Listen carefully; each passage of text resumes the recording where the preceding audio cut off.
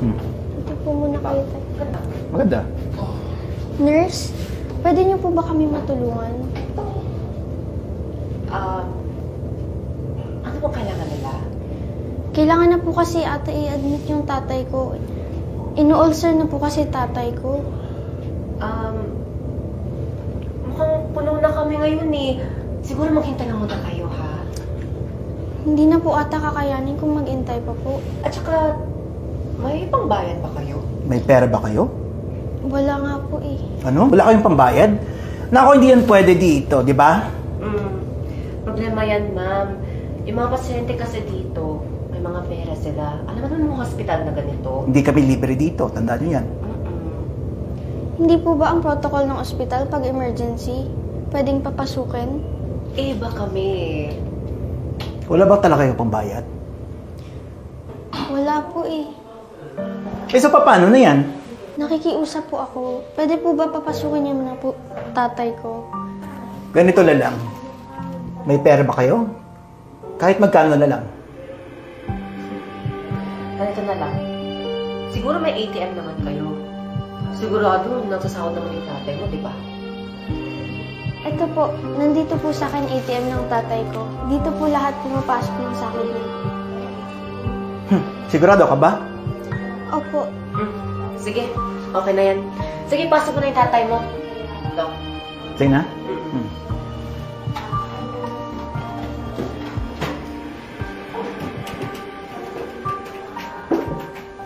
Dalian mo!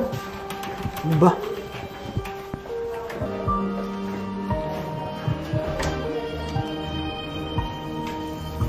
Dito na muna kayo Ipapasok kasi namin yung tatay niyo sa loob. Sige na, lumayas na kayo.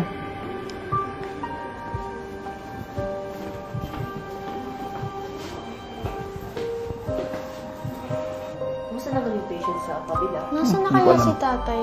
Parang hindi pa siya ina-admit. Sa pera? Admit natin na kayo. Ayan. Hayaan mo na. Mamaya magbabayad pa rin.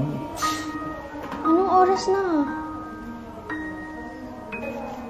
Oh, si tatay yun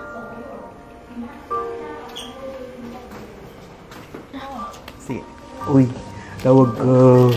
Tawag ka nga. Hello? Tawag ka. Ba yan? Ibang ganyan tumatawag yan sa akin. Block mo nga yan. Hello. Mamaya na daw. Ay, hindi wala. Tay, ano pa ginagawa niyo dito? Anak, hindi pa ako pinapalikan ng doktor. Hirap na ako, masakit na yun. Pakiramdam ko. Anak, parang di na ako tatagal.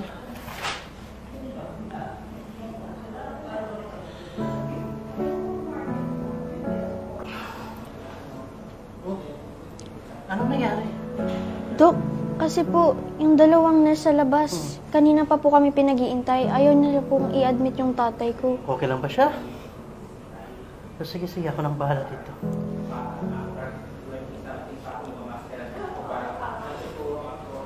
Bakit hindi niyo inadmit ang pasyente? Anong problema? Kasi sir, wala silang pang down payment eh. Tsaka, baka tatakas po. Hindi ganyan ang hospital natin. Tandaan niyo yan. Ano naman mangyari, dapat pinapapasok o dapat yung tinatanggap ng ating mga pasyente. Di ba? Yes, sir. Pasensya na po. Hindi na pwedeng maulit yan. Okay? Opo.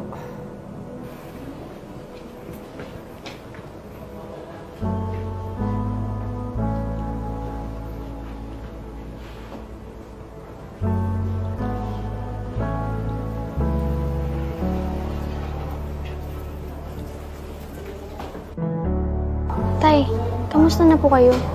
Okay na ako, mga anak. Maraming salamat sa pag-aalaga niyo sa akin. Kung wala siguro kayo, baka wala na ako. Siyempre, hindi ko naman po kayo papabayaan.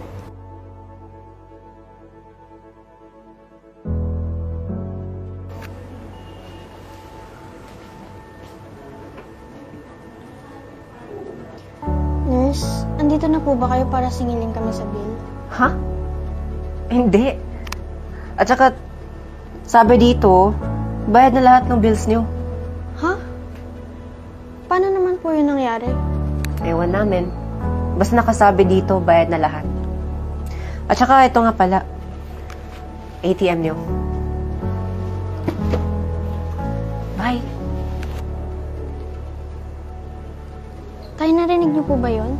Oo, anak. Bayad na daw po yung bill natin. Sino ba yung nagbayad mo?